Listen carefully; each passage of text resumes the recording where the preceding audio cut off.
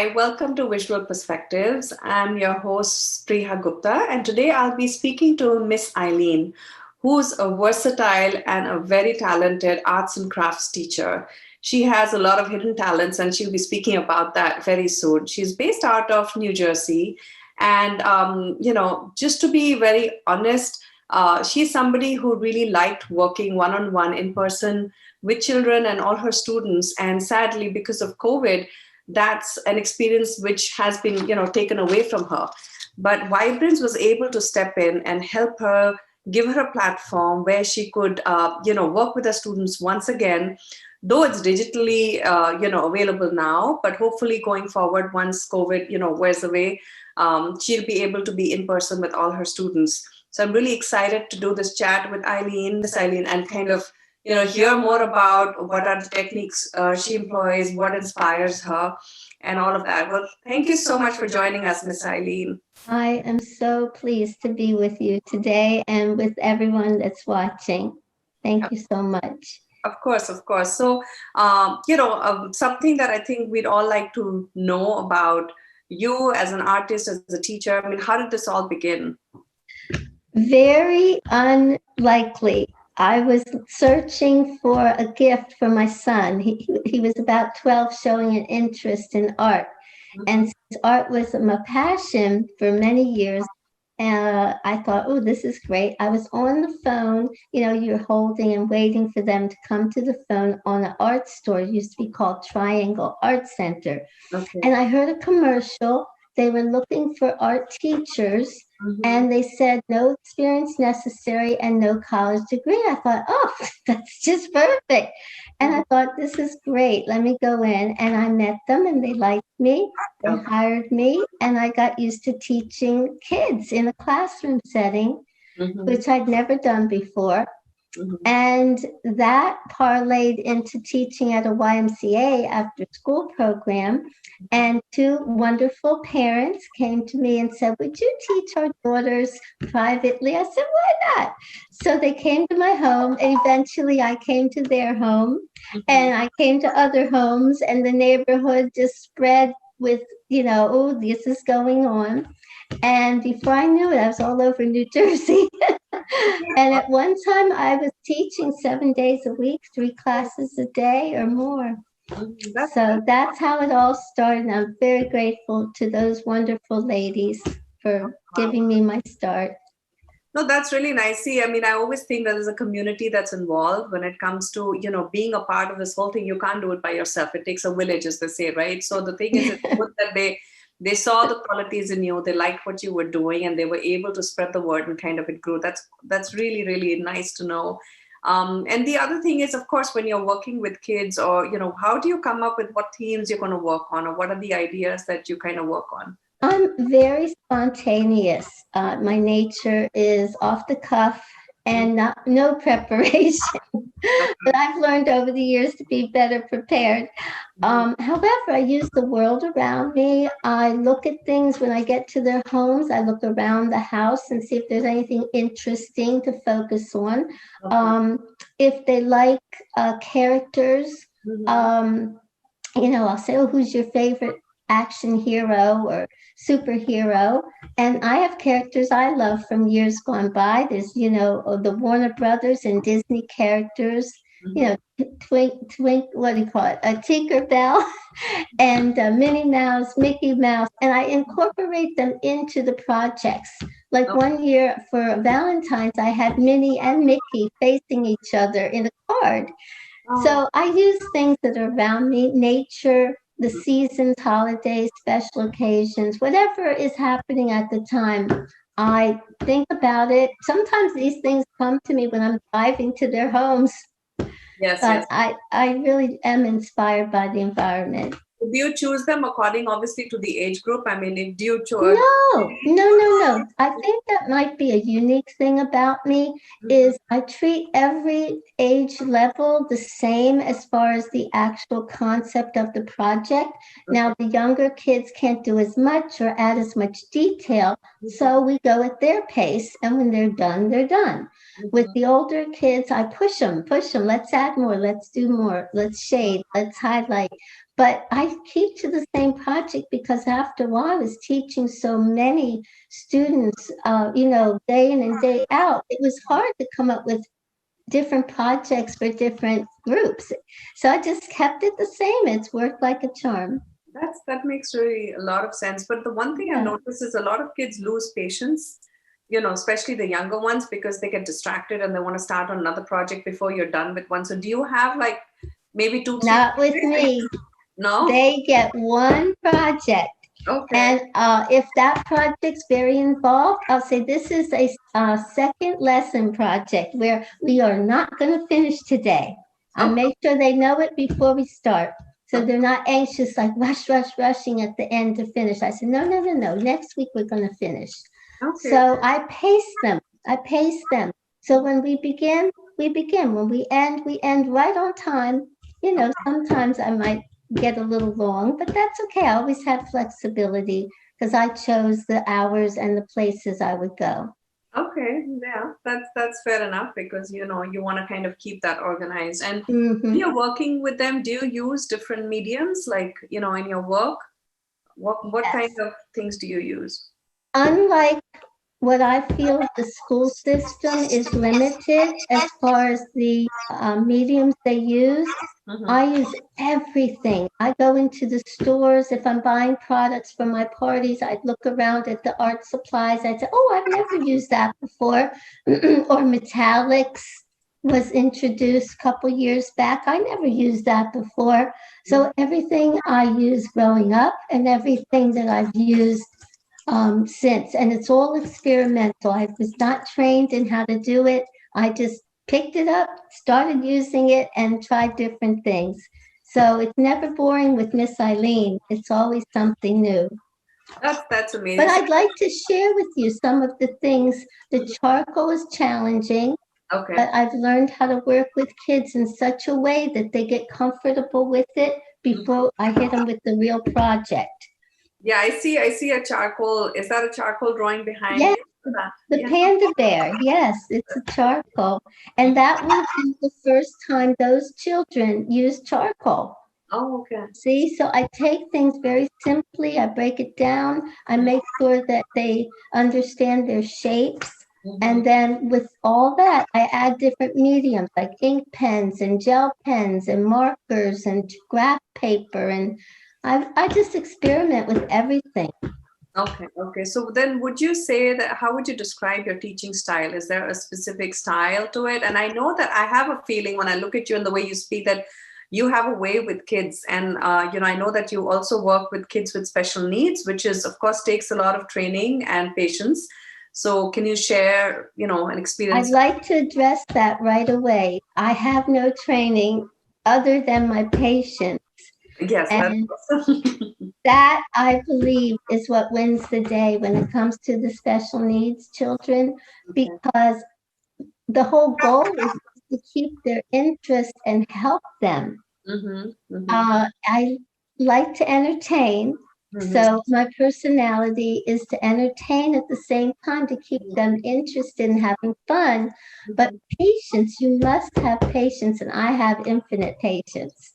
Okay. So I did want to say that about the special needs kids. Okay. And at this time, how have you managed to overcome your challenges? I know it's been a crazy time, a lot of adjustment, a lot of changes. Yes, thanks to my very dear friend Maida and her meeting Minnie in this wonderful neighborhood. Right around the time that I was like circling the drain of what am I going to do? I can't work anymore. What am I going to do? I dreaded thinking about working without children in the picture. I thought, oh, how am I going to give up kids? I just love kids so much, and I love sharing ideas with them. Even life's, adventures and experiences, I want to be there with them and understand what their needs are. Well, I have a style where there's two different ways I teach. Some is by drawing exactly what I see and then showing the kids what I'm doing step by step by step. I'm a very methodical person. I break it down into shapes. Everything begins with a shape. If it's a complex shape, I break that down into parts and then I have them connected. So even if they don't know how to draw in particular, if they know their shapes, I can get them to draw. Also, I'm very spontaneous. I might change something that I thought I was going to do. And when I get there, I might say, oh, I'd rather do this. And some of the kids, they get bored. So I don't do too many of the same medium in a row. I'll jump around. I'll do, metallics one week and inks another week and oil pastels. And I jump back and forth because I want it to be like, what are we doing this week? I don't want them to expect anything. I want them to be excited when they see what they're going to do. So that's my style. I look around and I also, one time I just saw stuffed animals just on the couch and I thought, oh, you know what? Let's gather them up. Let's put them in a bunch and I'll teach them how to draw just the heads first. They'll be like lollipops popping up and down, and then we'll connect the bodies. And that was all on me. I just kind of figured it out as I was getting the stuffed toys. And I did every single class was different toys, but the same process. Okay. I was in a different home. So they had different stuffed toys. So, I get very energized by being with the kids and sharing these ideas with them. And I guess that's the quality that sets you apart, that you're very involved with them. You kind of play with them along with kind of teaching them. So it's not such a boring, like step 1, 2, 3, 4. It's more like, let's get involved. Let's get the stuffed animals. We'll set it up. So they get really involved and they're excited. It's their items. It's their home. So I really love doing that. And I kind of stay away from still life. But then I'll go, I don't know what to do today. Let's do still life. So it just comes to me. And you're very spontaneous. I'm very spontaneous. And I'm very creative. Very creative. And sometimes I blow my mind. And I share it with the kids. I say, look, I'm sharing this with you today. So you can then share this with others in the future. Makes sense. It's a life lesson with me. It's not just hit and go. This is important to me that I share everything with my students. No, I guess, you sound very passionate. So I can just imagine that happening on paper and the kids would be thrilled. And tell me something other than teaching art. I know that you have some other tricks up your sleeve that you do. So can you share? Yes. Well, I've done many things in my adult life. And some of them came from my childhood. Like my mother taught me how to make tissue flowers out of, regular tissues. See that? And I've learned other skills along the way. I made gift baskets because of my Mary Kay Cosmetics. It was a workshop, and there was a woman that came and showed us how to turn products into beautiful gifts. And it evolved. And then I was selling gift baskets in stores, and stores were hiring me to use their products. So even the liquor stores were calling me, saying, we need it's 16 bottles of beer in a basket, and it's for St. Patty's Day. So, time evolved in all my skills. I also messed around with polymer clay. There's my earring, and this is a necklace made out of the polymer clay. I really got into that for a while, and I really miss it. But yes, I've done many different things. I taught seniors in a senior center. We did wax candles. We did soap containers and things made out of soap.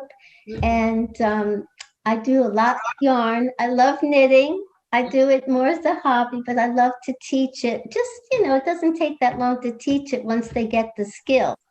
Then they can just continue. And also, I really got a lot from my Mary Kay training.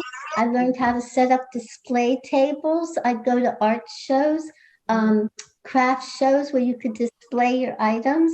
Also, I used to go to English Town to sell my gift baskets.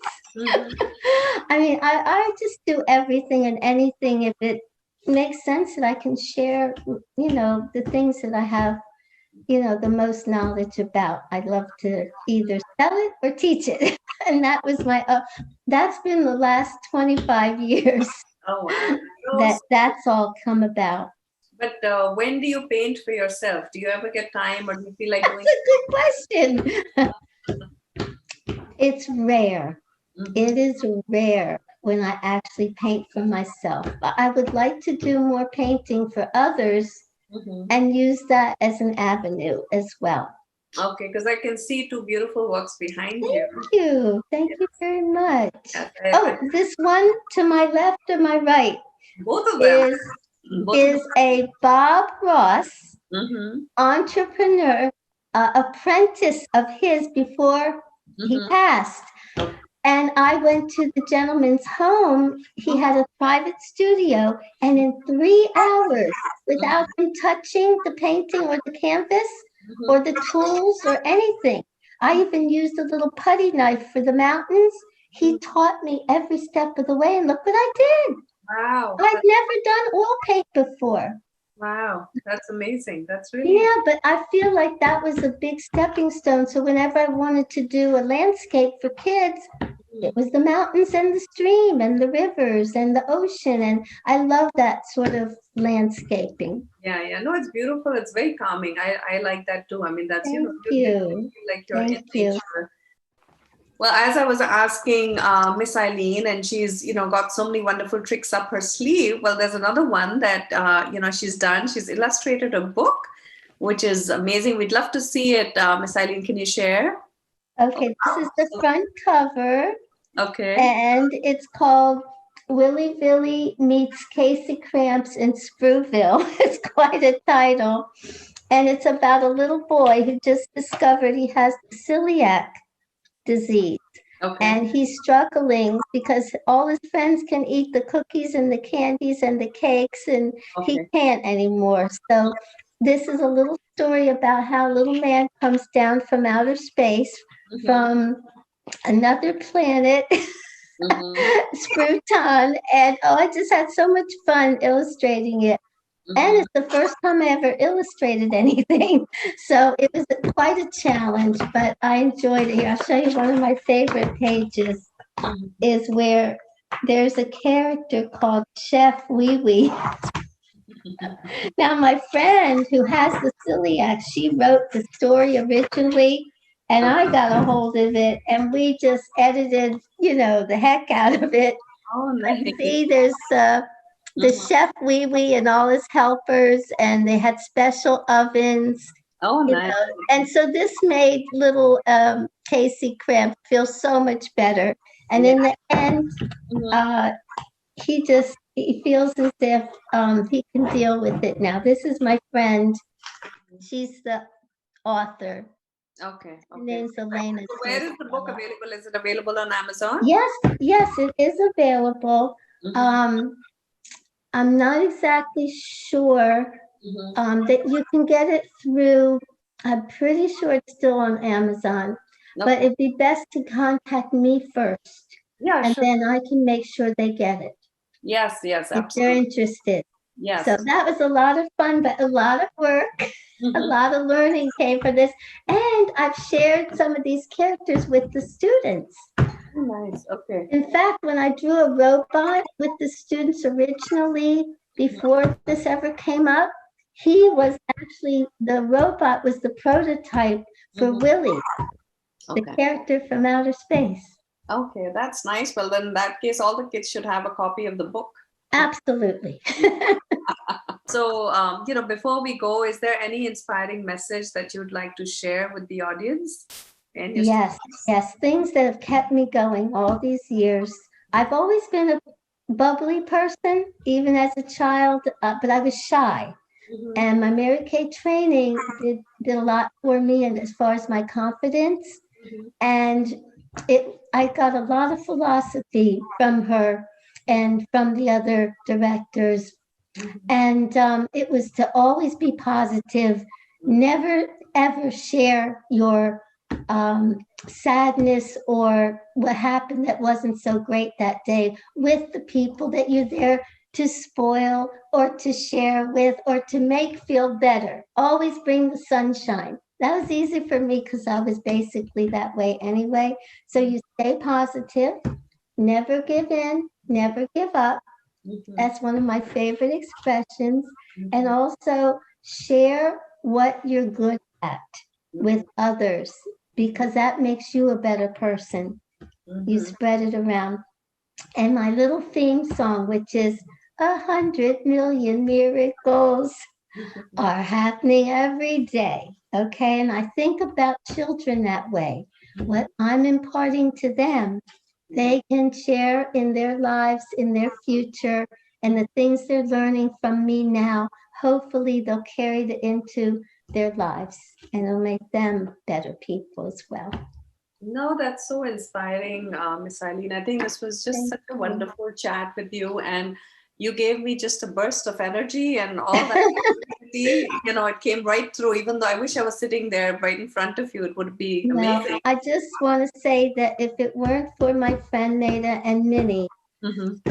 I wouldn't even be able to share this with you, but I'm very blessed to have them in my life. And the Vibrance Mm-hmm. platform is amazing. And I love it. I love everybody that's been supportive Mm-hmm. and helped me through this. And I couldn't be more grateful. And I'm appreciative that you spent the time to get to know me also, Priya. Of course, of course. I mean, this is what we're all about. We want to help, we want to share.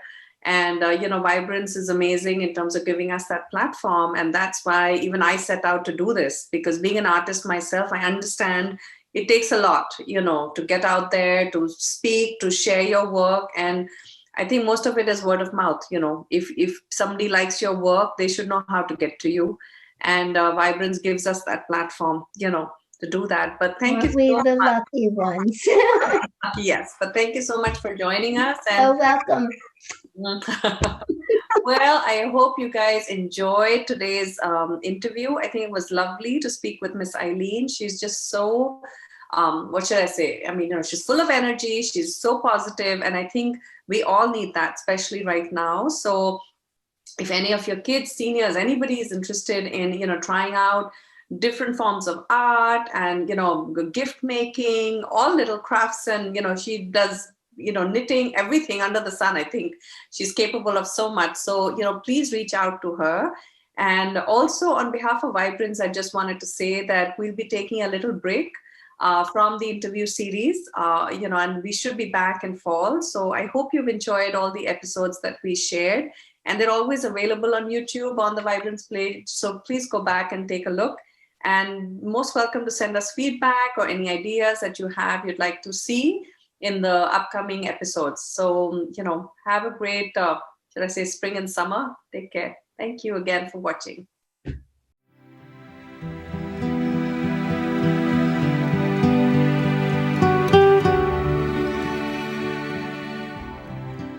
Hello, my name is Miss Eileen.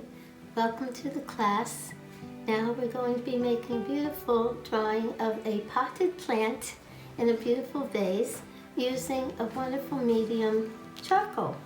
Okay, it usually comes in 2 or 3 different forms. You can get them big or small, and they also come in different colors. You get white, black, brown, like a rust color, and sometimes gray. Also, they come in like a twig format, but it's very, very soft and it can break easily. So I prefer this kind, and we use this brand, Generals. They're very good quality. So we're going to begin. Now I'm going to wrap my charcoal stick in this little piece of paper towel, just so it gives you a good grip and you don't get all filled with the charcoal right away. We're going to start with the basic shape. Okay, we're going to start with a round bottom, and we're going to attach a stem, like in the center here. Okay, and then we're going to have what I call a lip, which is going to go across the top. Now we don't want it looking too stiff, so we're just going to blend this into the side in this manner, where you come down and just scoot to the left. And you come down here and scoot to the right, and you come all the way down to the bottom. Now you don't want to make it too dark at first, because you may want to make some alterations. And then same with the lip. Bring it down just gently. Don't go too far past the original shape. Okay? Now, to work with the charcoal, you want to build it up from the bottom areas and then up. So you start down at the bottom, and what you're doing is you're trying to build up this area so that you can pull the charcoal up into the object. Okay, watch how I do that. I'm using 2 Q-tips. On a smaller piece of paper, you would use just 1. I'm using 2 because I can get more out of it. Notice I'm brushing through the dark area and I'm going upwards, and I'm going to go and wrap the shade as much as I can up around this part here. See? So I'm just pulling it from the bottom and bringing it up around the sides, leaving the center more open and more light. Now there's several different techniques you can use to enhance this area. You can take like little marks, see that? And you just brush up very quickly all around the edge, and you get it filled up so that you can push it back even higher. See that? So you pull through the colors this way. All right? And remember, it's a round object, so you can create a rounded kind of curved pattern. See how I go back and forth and swing around? So this is a circle shape, so you can use circle movement. All right? Now, in the center, we're going to create some little cherries, and they're going to be round just like that. We're going to do the same thing, except this time we're not going to close it all the way around. We're just going to create a curve. See that? And it gets darker and darker. And then we use the Q-tip, and we're just going to pull it from the bottom and circle up. See that? So you pull the whole thing around, and you can leave a little white spot in the center for a little highlight. Okay? And then you can also add to that, see, put little dark lines at the bottom. So this is a gradual process. You just keep adding and enhancing what you do. Now when you want to get more of the shade, you just go around and around in that same area, and it pulls from the edge. That's what you're trying to do. You're pulling from the edge, and you don't want the top to be drawn in like an obvious line. So you just go boop, and there's your little cherry. And if you want to add more, you do the same thing. So you come over here, do back and forth, nice and dark, go right up to the edge, and then with your Q-tip, see that? You get the shade to come out of the charcoal, and you start to whip, and you make a circle, see that? And you leave a little speck for highlight, and then you use the edge, come up around, like that, fill, just to get a little more thickness in this area. I think I'll just do the 2, see? And you just keep adding and shaping, like that. See? And then you can add another little step. Here, I'm going to go inside this time. Boop. Okay, so we'll have 2 little cherries. Now, see this area here? We don't want that to show too much. So what we're going to do is we're going to put these lines over it so we kind of obscure that original line, and we're going to just swish down underneath. See how it fills the area, and it starts to really get filled up now. All right, it's all over. And you push up from the center. See, you go all the way up to the top. Alrighty. See, this is the lip area. Now it's okay if you go a little past the edge. That's fine. You can go a little past the edge, like that. See how I'm recreating it with the shade? And then this part. Now, once you create the edge with the shade, you can now enhance it with the charcoal itself, see? So what you did with the shade, you now complete with the stick, the end of the stick. All right? And you can shade that in later. What we're going to do is we're going to have the plant come from the center, and it's just going to kind of loop over and out over the edge. we're going to create a leaf shape that has an overlap. Watch this. You just simply come down and loop, see, to the point, to the tip. Now this is the underneath part of the leaf, and this is the top. So you want the top to be lighter than the bottom, see? So when you blend, you're blending this dark area, which is shaded from the light striking the leaf. See? And the top you do lighter, you don't put so much pressure on the Q-tip, and then you get a softer look. And you can also add to the center as well. Okay? And then you would just use your Q-tip to fill it in. Okay. Now we're going to do one more. We're going to go the other way. I'm going to flip right over the center. Watch this. Up and out. And drop. And come back. Alrighty?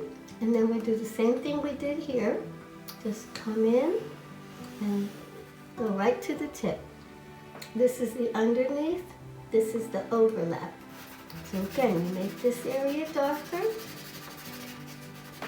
And this area is lighter by just putting little strokes that way. And you would blend here. And here it's much darker. It's already there. And you just fill in right there.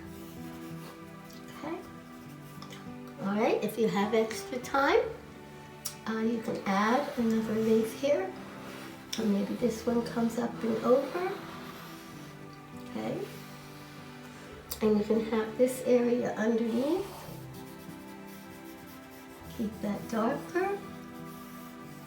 And this can be lighter just by releasing the pressure in my wrist. I make it lighter. Okay, time. How are we doing? How about a shadow? And we can add a shadow underneath of the base. And we'll say the light's coming from this direction here. So we're going to pull the shadow in this direction, this way.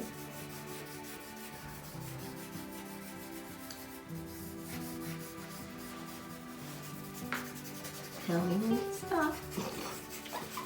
Okay. We're just going to add a little bit into this area so it's more gradual. And we're going to blend a little bit here. And we're done. Thank you very much for joining me. I hope you learned something, and you hope maybe you have a new appreciation for this medium called charcoal. And I enjoyed sharing it with you, and look for my upcoming lessons on Vibrance, vibrnz.com, and I hope that we'll get to meet again. Thank you.